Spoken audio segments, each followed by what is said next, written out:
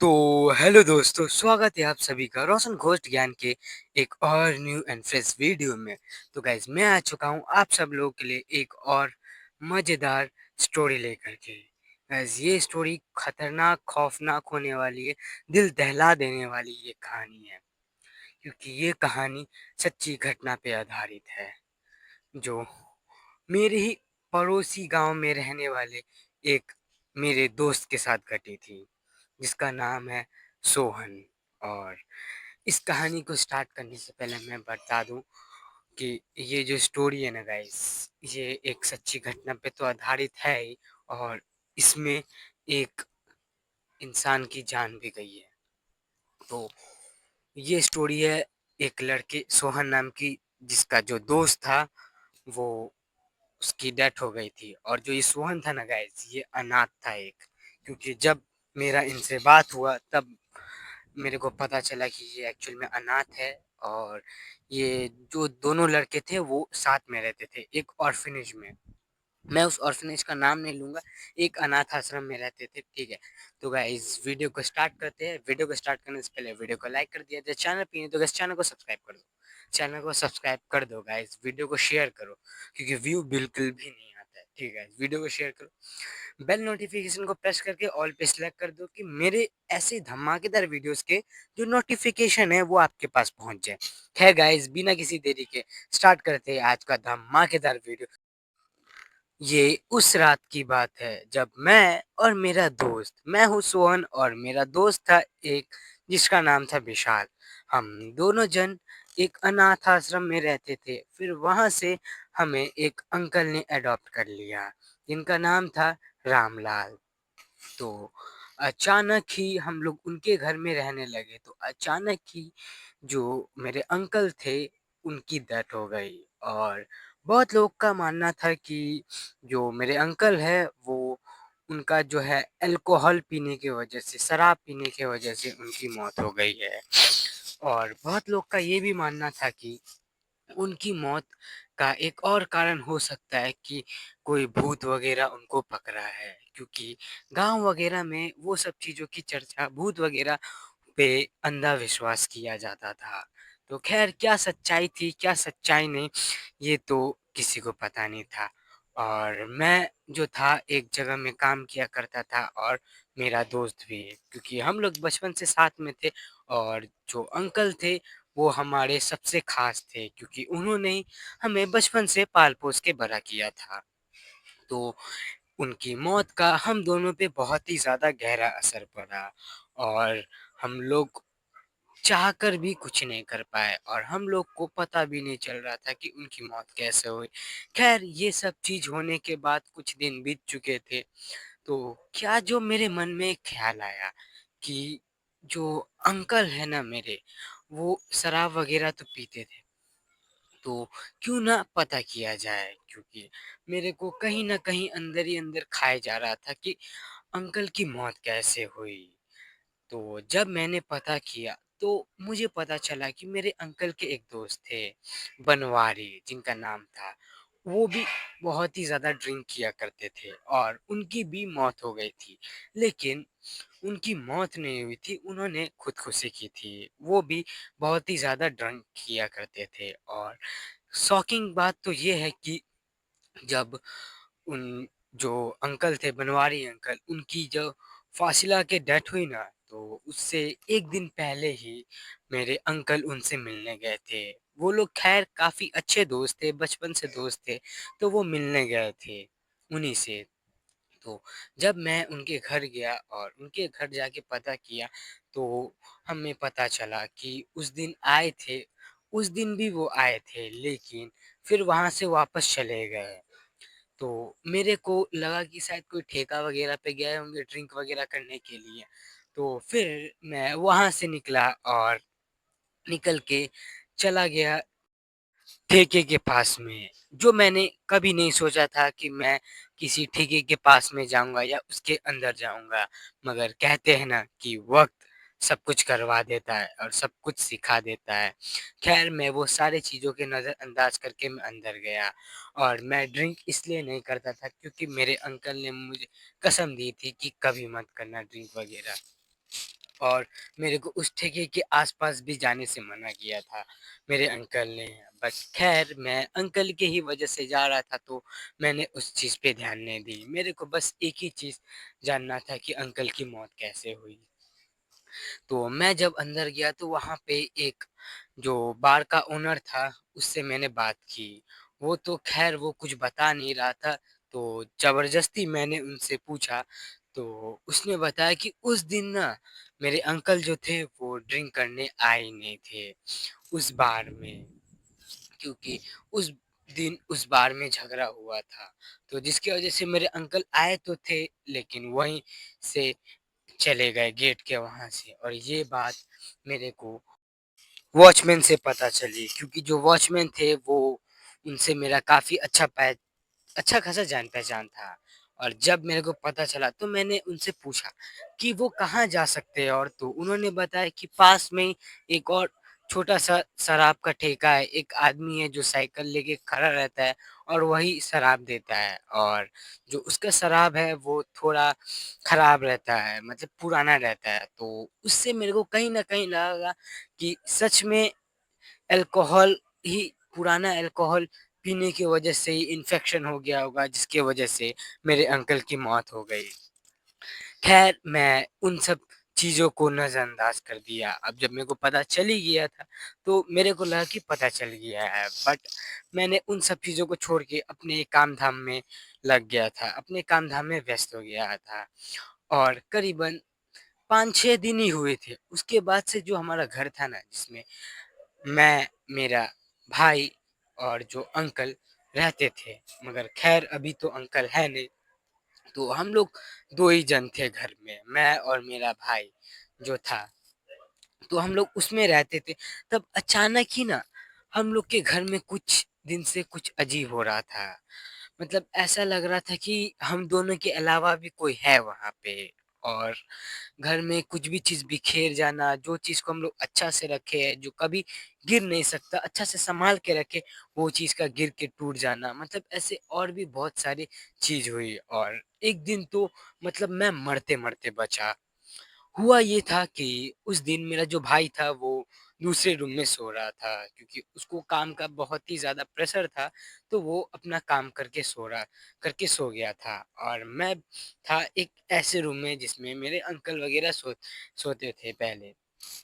तो मैं उस रूम में सो रहा था, तो जब करीबन 2 बजे थे, 2 बज चुके थे, क्योंकि मेरे को नींद नहीं आ रही थी, फिर भी मैं आँख बंद करके कोशिश कर रहा था कि मेरा आँख बंद हो और मैं सो जाऊँ। उसके बाद भी जाके जब मेरे को नींद नहीं आ रहा था, तो अचानक मेरे को कहीं से छत से कुछ चीज़ की आवाज़ सुनाई दी, और जब मैंने ऊपर की तरफ देखा, तो मैंने देखा कि मेरा जो ऊपर से पंखा है, वो अचानक ही गिरने वाला है, मतलब गिरने जैसा प्रतीत हुआ, और मैं जो बेड था वहाँ से हटा, और जैसे ही मैं हटा, ठीक मेरे मुँह के पास आके वो गिरा, और ये देख के मेरे होश उड़ गए, और फिर रात को मैंने नहीं बताया, तब तक अगली सुबह हो गई, और अगला दिन जब सुबह हुआ तब जाके मैंने ये सारी चीज़ अपने भाई को बताई, और मेरे भाई ने कहा कि पंखा वगैरह खराब हो गया होगा या नट वगैरह ढीला हो गया होगा जिसकी वजह से गिरा। पर मेरे को ये चीज़ याद थी कि वो जो पंखा था उसको कुछ दिन पहले ही मैंने ही ठीक किया था, और मैंने ही किया था, तो इसलिए वो खराब होना बिल्कुल भी पॉसिबल नहीं था।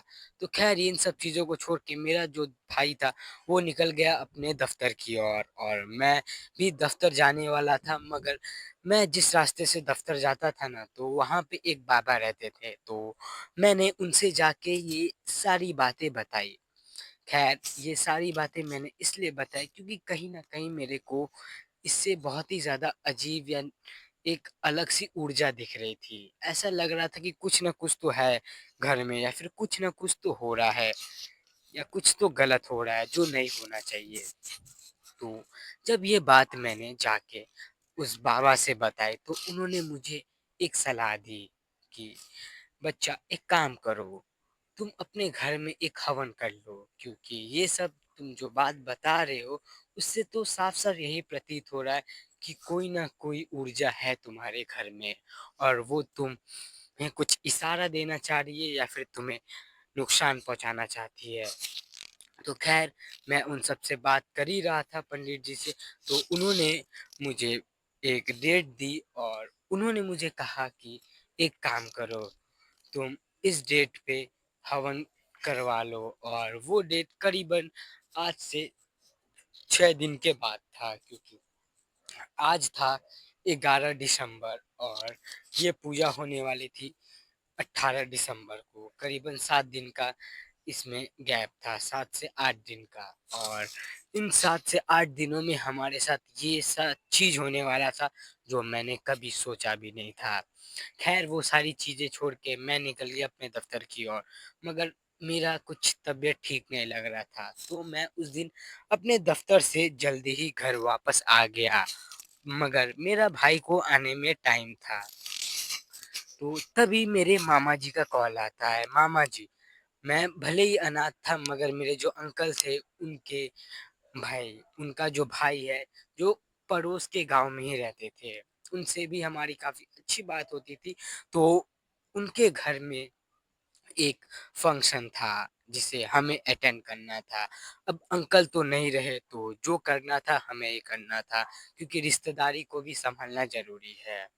और ये ऐसे ही बात करते-करते करीबन कुछ मिनट हो गए थे, तभी मेरा भाई जो था वो आ गया। और जब मेरा भाई आया तब मैंने वो बाबा वाली बात तो नहीं बताई, क्योंकि मेरे को अभी वो टाइम सही नहीं लग रहा था।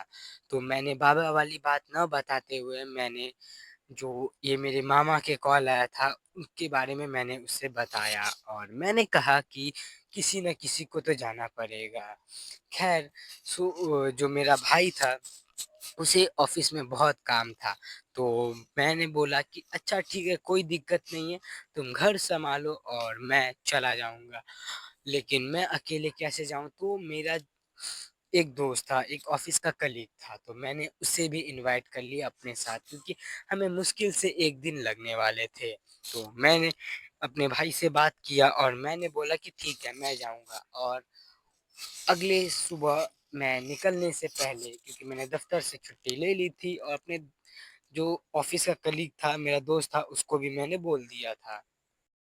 और फिर अगले दिन हमने निकलने की तैयारी कर ली और निकलने से पहले मैंने अपने भाई को बोला कि भाई मेरे तो कल परसों में मैं आ जाऊँगा, कल में, क्योंकि मेरे को 1 दिन का समय लगने वाला था। आज सुबह जाता और शाम में मैं वापस आ जाता। तो तब भी मैंने अपने भाई को बता दिया था कि जो भी पंडित जी ने कहा था।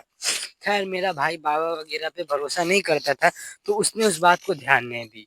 मगर मैंने कहा कि अपनी घर की सुख शांति के लिए हमें वो हवन कराना बहुत ही ज़्यादा ज़रूरी है। तो जिसके लिए जो-जो सामग्री यह थी उसकी लिस्ट मैंने अपने भाई को पकड़ा दी और फिर मैं अपनी मोटरसाइकिल लेके निकल पड़ा अपने दोस्त के साथ। और ये जो सफ़र था वो हमारा काफ़ी छोटा होने वाला था, क्योंकि हम लोग को 1 दिन में ही जाके आना था। करीबन सुबह के 8 बजे हम लोग निकल गए। जब हम लोग निकले तो हमने कभी सोचा भी नहीं था कि हमारे साथ ऐसा हो सकता है। और मेरे ही वजह से मेरा जो कलीग दोस्त था उसके साथ भी बहुत ही ज़्यादा खराब हादसा हो गया, जो मेरे को कभी पता भी नहीं था कि ऐसा कुछ होगा। ख़ैर वहाँ से हम लोग निकल गए अपने घर से और करीबन 2 घंटे की सफलता पूर्वक हम लोग अपने मामा के घर पहुँच गए, मैं और मेरा दोस्त। और हम लोगों ने आराम से पूरी दिन वहाँ पे बिताई, अपना फंक्शन वगैरह अटेंड किया, काम वगैरह किया, कुछ बातें की और अब वक़्त था निकलने का। अब समय आ चुका था कि हम लोग निकले और मैं अपनी बाइक लेके निकल पड़ा वहाँ से। और लेकिन बाइक लेके निकलने से पहले मेरे मामा जी ने मुझे समझाया कि ये रास्ता कुछ अच्छा नहीं है। तो उन्होंने मुझे एक ताबीज़ दी और कहा कि ये लो, ये ताबीज़ खुद रखो और अपने दोस्त को भी पहना दो और रास्ते में कुछ भी हो गाड़ी वग़ैरह मत रोकना, क्योंकि ये रास्ता सही नहीं है, सुनसान वग़ैरह भी रहेगा। ख़ैर मैंने इन सब बातों को नज़रअंदाज़ करते हुए मैं वहाँ से निकल पड़ा। और जब मैं वहाँ से निकला करीबन मेरे को थोड़ी दूर और जाने थे और तभी मैं आगे बढ़ ही रहा था, तो तभी करीबन 15 से 20 मिनट हो गए थे। मैंने हाईवे भी पकड़ लिया था और तभी जो मेरा दोस्त है ना, मेरा जो ऑफिस का कलीग था, जो मेरे साथ आया हुआ था मेरे मामा के घर, तो उसने मुझे कहा कि भाई सुनना, जरा देखना कहीं टॉयलेट वगैरह करने का हो तो बोलना, क्योंकि मेरे को टॉयलेट जाना है। तो मैंने उसे डांटते हुए कहा, तुझे अभी टॉयलेट लगा था? तब से तू घर में बैठ के क्या कर रहा था? तब क्यों निकल लिया? मामा ने मुझे कहा है कि बाइक कहीं नहीं रोकने के लिए, और ये खटारा बाइक पता नहीं कब जवाब दे दे। खैर, अब क्या किया जा सकता है? तो मैंने उससे बोला, अच्छा ठीक है, रुक, अगर मेरे को कोई जगह दिखता है तो मैं तेरे को बताता हूँ। खैर, वहां से करीबन थोड़ी दूर जाते ही मेरे को वहां पे एक अंकल दिखे, जो वहाँ पे ही बाथरूम वगैरह कर रहे थे। तो मैंने अपने दोस्त को कहा कि भाई देख, वहाँ पे एक अंकल है जो बाथरूम कर रहे हैं, एक काम कर, तू चला जा वहीं पे, तू जाके बाथरूम कर। और जब वहाँ गया वो, बाथरूम वगैरह किया, तभी जाके वहाँ से एक आवाज़ आती है धमाके की, और मैं पीछे मुड़ के देखा तो कोई दिक्कत नहीं था, मेरा दोस्त जो था वो सुरक्षित था। और करीबन 5-10 मिनट के बाद भी जब वो नहीं मुड़ा, तो मैंने उसे आवाज़ दिया। तो जब मैंने उसे आवाज़ दिया तो वो पीछे मुड़ के देखा, और जैसे ही वो पीछे मुड़ के देखा तो वो अचानक एकदम खड़ा हो चुका था, मतलब वो हिल नहीं रहा था। और मैं उसके पास गया, तब तक वो बेहोश हो गया, मतलब वो गिर गया। और मैं उसके पास जाके मैंने उसे आवाज़ लगाई, मैंने उससे बोला कि अरे भाई क्या हुआ, उठ। मगर ऐसा प्रतीत हो रहा था कि उसने कुछ ऐसा देखा है जो बिल्कुल भी बोलने के लायक नहीं था, क्योंकि उसका जो शक्ल था वो पूरा पीला पड़ चुका था, और ऐसा लग रहा था कि वो दांत उसका कटकटा रहा था, मतलब एकदम डर चुका था वो, उसके आँख के पास में काला काला छा गया था। और मैंने उसे उठाया, उठा के बाइक पे रखा, और मैं वहां से बाइक जो इतनी स्पीड से भगाया कि वो मैं ही जानता हूँ। और जब मैं बाइक स्पीड करके चला ही रहा था ना, तभी रास्ते में ना मेरे को एक औरत दिखी, वो काफी बूढ़ी थी, और उन्होंने मुझसे कहा कि बच्चा रुको। उन्होंने हाथ दिखाया तो मैं रुक गया, और जब मैं रुका तो उन्होंने मुझसे कहा कि बच्चा, मेरे को आगे तक छोड़ दो। और ये देख के मेरे को थोड़ा अजीब तो लगा, क्योंकि इतनी सुनसान रास्ता में एक बूढ़ी औरत क्या कर रही है।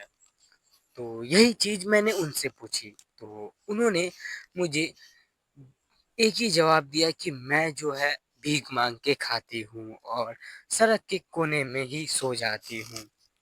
तो बच्चा, मेरे को थोड़ा आगे तक छोड़ दो।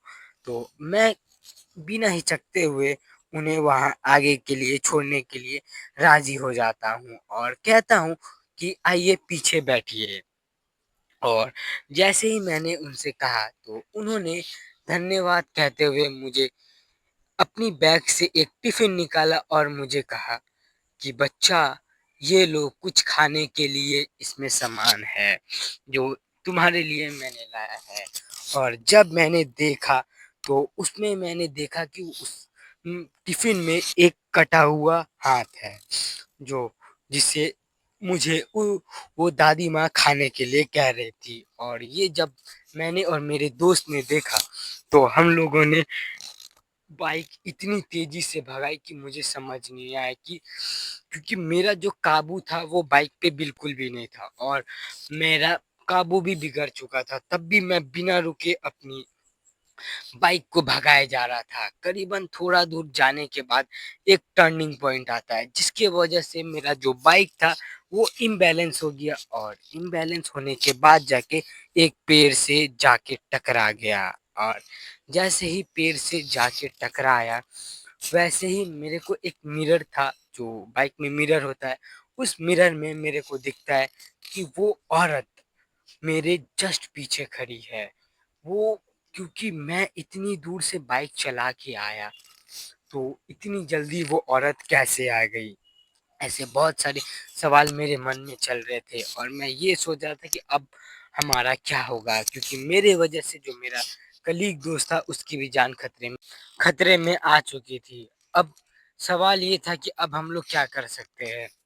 हम लोग क्योंकि बाइक भी कहीं न कहीं टकरा चुका था और वहीं पे बाइक टकराने की वज़ह से कहीं न कहीं हमारे माथे में भी चोट लग चुकी थी और जब वो बूढ़ी औरत थी उन्होंने हाथ बढ़ाया मेरे तरफ तो तभी वो अचानक पीछे हट गई क्योंकि वो जो तावीज़ था, वो जो मेरे मामा ने तावीज़ दिया था जिसकी वज़ह से हम लोग बच पाए और वहाँ से अचानक ही हम लोग बेहोश हो गए क्योंकि थोड़ी बाइक से थोड़ी दूर चलने के बाद ही जैसे हम लोग उतरते हैं वैसे ही क्योंकि हमारे माथे में चोट वगैरह लग चुका था तो वहीं पे हम लोग बेहोश हो जाते हैं। अगली सुबह वहाँ पे कुछ लोग आके हमें हॉस्पिटल पहुँचाते हैं और क्योंकि हॉस्पिटल वगैरह पहुँच चुके थे और हमें करीबन 2 से 3 दिन हो चुकी थी और मेरा उधर भाई भी टेंशन में होगा तो ये कह के मैं निकल पड़ा अपने घर, अपने दोस्त को भी अपने घर पहुँचाया और मैं वहाँ से अपने घर गया और जब मैं अपने घर गया तो वहाँ पे मैंने सारी बातें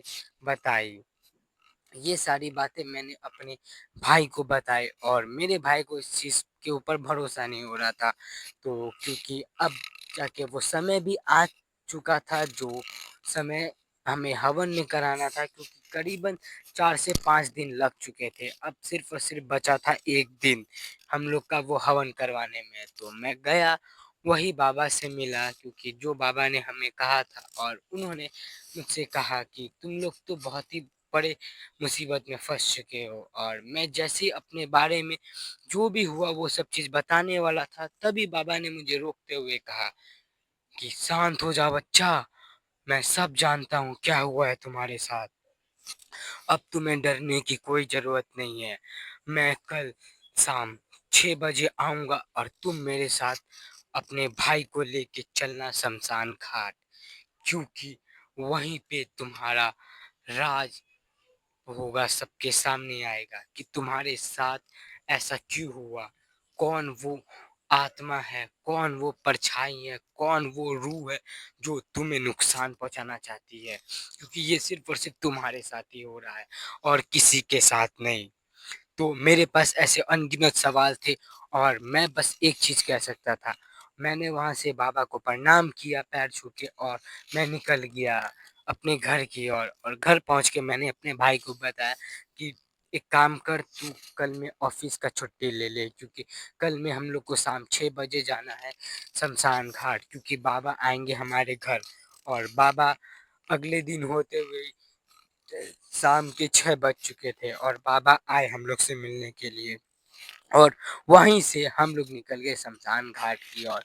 करीबन सारी सामग्रियाँ वगैरह हमारे पास इकट्ठा हो चुका था, जिसमें एक दूध का पैकेट बचा हुआ था, तो मैं वो रास्ते में से उठा लिया दूध का पैकेट, मैंने ले लिया और अब समय था कि अब तंत्र विद्या करने का, हवन करवाने का समय आ चुका था।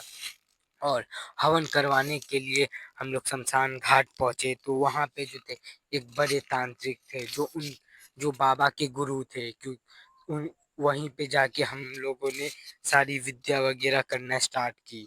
तब जाके करीबन 12 बजे से हमारी जो पूजा थी वो स्टार्ट होने वाली थी और 12 बजने के बाद ही जाके पूजा वगैरह हमारे स्टार्ट हो गए। तभी जाके जो बड़े पंडित थे उन्होंने हमें बताया कि ये सिर्फ ये जो आत्मा है वो तुम्हें नुकसान नहीं पहुंचाना चाहती है क्योंकि ये सिर्फ और सिर्फ तुम्हारी अंकल की आत्मा है जो ये आत्मा है और ये सुन के हम हक्के बक्के रह गए क्योंकि जो बाबा ने हमें बताई थी और ये सिर्फ और सिर्फ मेरे साथ ही क्यों हो रही थी ये प्रश्न मैंने बाबा जी से पूछा तो बाबा जी ने बिना हिचकते हुए मुझे कहा क्योंकि बच्चा तू ही एक ऐसा शख्स था जिसको तेरे अंकल की मौत का वजह जानना था कि कैसे उनकी मौत हुई इसलिए उन्होंने सिर्फ और सिर्फ तुझसे ही सामना करने की कोशिश की और जिसकी वजह से तुझे लग रहा था कि वो तुझे नुकसान पहुंचाना चाहते थे जबकि तू जब रास्ते से आ रहा था तो वो औरत तेरे को मिली थी उससे भी तेरे को तेरे अंकल ने ही बचाया और ये सुन के मैं तो शॉक हो गया और मैं इस मौत का रहस्य को पर्दाफाश करना चाहता था। मैं जानना चाहता था कि मेरे अंकल जो थे उनकी मौत कैसे हुई। तो उन्होंने मुझे बताया कि जो तेरे अंकल का मौत हुई उसका एक ही वजह है, जिसका वजह है वो खुद, क्योंकि उनकी मौत हुई थी एक श्राप की वजह से। श्राप? ऐसे करके मैंने बाबा से पूछा, तो बाबा ने मुझे बोला कि हाँ बच्चा, ये एक श्राप की वजह से ही हुआ। और वो श्राप क्या था, ये जानने से पहले गाइस वीडियो को लाइक कर दो। गाइस वीडियो में बनाने में बहुत ज़्यादा मेहनत लगती है। वीडियो को लाइक कर दो, चैनल पे हैं तो चैनल को सब्सक्राइब कर दो गाइस। अभी तक आप लोग वीडियो को देख रहे हो तो थैंक यू सो मच। अपने एक दोस्त के साथ शेयर कर दो, बेल नोटिफिकेशन को भी प्रेस करके ऑल पे सिलेक्ट कर दो। तो गाइस बढ़ते हैं वीडियो की तरफ। तो उन बाबा ने मुझे कहा कि वो एक श्राप की वजह से हुई। और जब मैं श्राप के बारे में पूछ ही रहा था तो उन्होंने अपने हाथ को लेके मेरे हाथ पे रखा और मुझे बोला कि आंख बंद करके एक मंत्र बोलो जो बाबा जी ने मुझे दिया था। और जब मैंने वो मंत्र बोला तो तभी मेरे आंख के सामने ही मेरे अंकल दिखे और उनके साथ क्या क्या हुआ ये सारी चीज मेरे को पता चली। और वो चीज हुआ ये था कि जब जो मेरे अंकल थे अपने दोस्त के घर से निकल रहे थे, तभी वो वहाँ से निकले और निकल के दारू के वहाँ पे गए। और जब दारू के ठेके के पास गए तब वहाँ पे दारू नहीं मिला उनको, तो वहाँ से फिर वापस वो आगे गए। तो उन्होंने ड्रंक नहीं किया था, बल्कि जब वो वहाँ पे गए तो वहाँ पे दूर जब आगे गए थे तो उनको एक औरत दिखी थी, जो औरत हमें दिखी थी, क्योंकि जो औरत मेरे को नुकसान पहुँचाना चाहती थी। और उसी औरत ने मेरे अंकल जी को मारा था, क्योंकि वो औरत कोई और नहीं थी, वो औरत उन अंकल की वाइफ थी, यानी कि जो जिन्होंने मुझे अडॉप्ट किया था उनकी वाइफ थी। जो मेरे अंकल थे उन्होंने उनको छोड़ दिया था, जिसकी वजह से उनकी मौत हो गई थी। क्योंकि ये बहुत पुरानी बात है कि जब अंकल आंटी साथ में रहते थे तब आंटी की तबीयत बहुत ज़्यादा ख़राब रहती थी। और इसी की वजह से आंटी को मेरे अंकल उनकी मम्मी के घर छोड़ के आ गए थे। मेरी आंटी तड़पते रही उनसे मिलने के लिए, मगर वो उनसे कभी नहीं मिल पाए, जिनकी वजह से उनकी आखिरी इच्छा भी पूरी नहीं हो पाई, जिनकी वजह से वो अपना पूरा बदला लेने के लिए वापस आई और अंकल को उन्होंने मार डाला। ये एक रीज़न की वजह से मेरे अंकल की मौत हुई। और ये रहस्य मेरे को कभी नहीं लगा था कि मेरे सामने आएगा या फिर मेरे को पता चलेगा। तो खैर गाइस, आज का वीडियो यहीं पे ख़त्म होता है। ऐसे ही करके मेरे को मेरे अंकल का मौत का बारे में पता चल गया। तो गाइस वीडियो आप लोगों को कैसे लगा, आप लोग कमेंट करके बताओ। वीडियो अगर आप लोगों को अच्छा लगा हो तो गाइस वीडियो को लाइक करना है, चैनल पे न्यू हो तो चैनल को सब्सक्राइब कर दो गाइस, बेल नोटिफिकेशन को प्रेस करके ऑल पे सिलेक्ट कर दो। तो गाइस ये जो कहानी थी हुई थी मेरे दोस्त सोहन के साथ, जो मेरे बगल के गाँव में ही रहता था। तो ये सब चीज़ों के बारे में मैंने अपने भाई को भी आके बताया, क्योंकि मेरा भाई था, मगर मेरा भाई वहाँ पे बेहोश हो गया था। जब मैं अपने भाई को उठा के घर लेके आया तब ये सारी बात मैंने उसे बताई, मगर ये मेरे अंकल वाली बात नहीं बताई, क्योंकि मैं नहीं चाहता था कि मेरे जो अंकल है उनके नज़र में, मेरा भाई के नज़र में मेरे अंकल खराब हो। खैर गाइस, ये जो कहानी थी यहीं पे ख़त्म हो गई थी। और वीडियो आप लोग को अच्छा लगा होगा तो वीडियो को लाइक शेयर सब्सक्राइब कर देना, क्योंकि मेरे चैनल पे ऐसे वीडियोस आते रहते हैं। मैं मिलता हूँ अगले वीडियो में किसी नए टॉपिक के साथ, तब तक के लिए bye bye, take care and be safe.